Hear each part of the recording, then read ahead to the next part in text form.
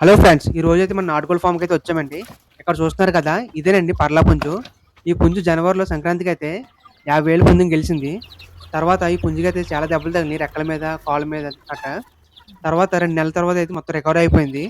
ఇక్కడ కనిపిస్తుంది చూసారు కదండీ ఈ పిల్లలు, ఇవైతే పర్లా పిల్లలే అండి.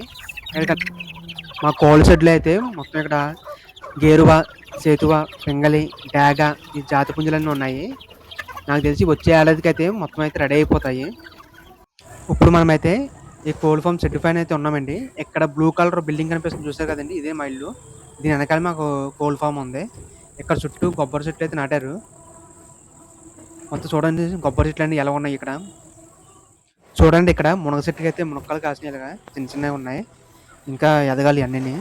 కొన్ని అయితే పండిపోతున్నాయి కూడా మునక్కాయలు చిన్న వయసులోనే. చూడండి ఇక్కడ యాప చెట్టుకైతే యాప పువ్వు పూస్తుంది. ఆల్రెడీ ఉగాది అయిపోయింది. అయిపోయినా సరే ఇంకా మళ్ళీ యాప పువ్వు పూస్తూనే ఉంది ఇంకా. Thank you for watching. Please subscribe.